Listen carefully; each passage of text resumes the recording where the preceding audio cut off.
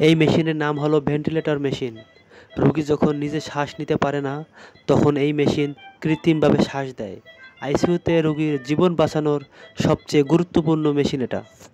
উপরে যেটা দেখা যাচ্ছে এটা হলো পেশেন্ট মনিটর। এখানে রোগীর হার্টবিট, রক্তচাপ, অক্সিজেন সব কিছুই লাইভে দেখা যায়।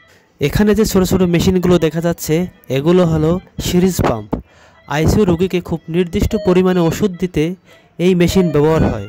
হৃদযন্ত্র, প্রেশার, ঘুমের এসব ওষুধ ভুল হলে বিপদ। তাই এই পাম্প নির্ভুলভাবে ওষুধ দেয়। ক্রিটিক্যাল রোগীর জন্য এটি খুবই জরুরি। এমন সহজ মেডিকেল তথ্য পেতে চ্যানেলটি সাবস্ক্রাইব করুন।